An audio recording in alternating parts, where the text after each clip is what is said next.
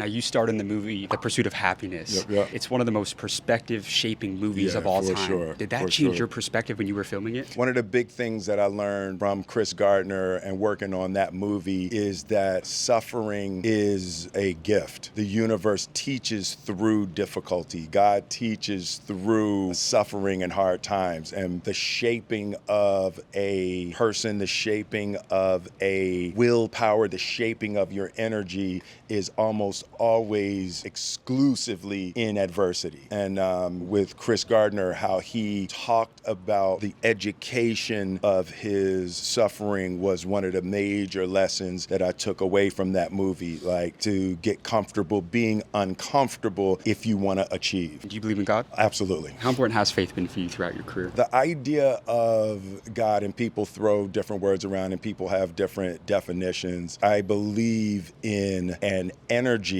that is constantly creating in all things, that if I cultivate a relationship with, I can be more powerful than I am. I can do things 100-fold what Will could do if I tap into the movement and the energy and the flow and the creative intelligence that's making the sun and the stars and the trees that we're breathing. If I tap into that, I know I can be infinitely more powerful, creative than me with my ego construct. Another movie you starred in is Hitch. And I think one of the greatest lessons of that, there's a quote that the world is overly cruel to shy men and it rewards the courageous.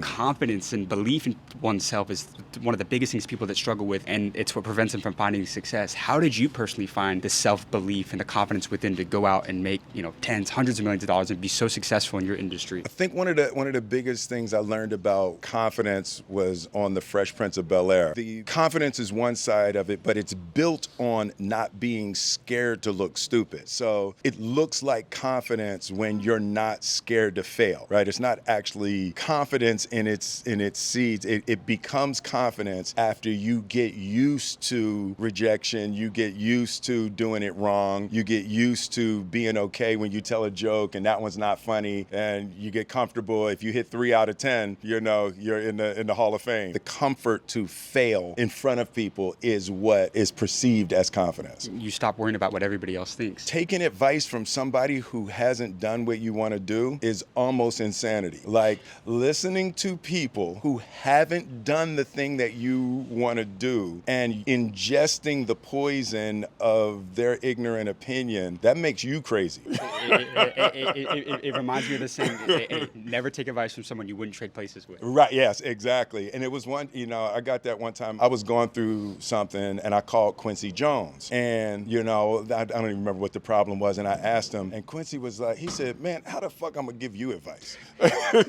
He was like, he said, I wouldn't have chose none of the shit you chose. Yeah. He said, whatever you're doing, just keep doing that. And it was like, that was a real vote of confidence that even somebody in his position backed off of giving advice in the understanding that everybody knows what they know and only they can know for them. Nobody can really know for you. And you'll actually get to a point where you ask for advice less and you just sort of watch and listen and let people tell you what they think from their behavior. Yeah, and you kind of lean on your own intuition. Yes, absolutely. One time somebody told me that if a bird lands on a branch, does the bird trust the branch or does it trust its wings? I've seen many birds land on branches, but what I've never seen is the branch break and the bird fall and die. Yes, you gotta exactly. trust your wings.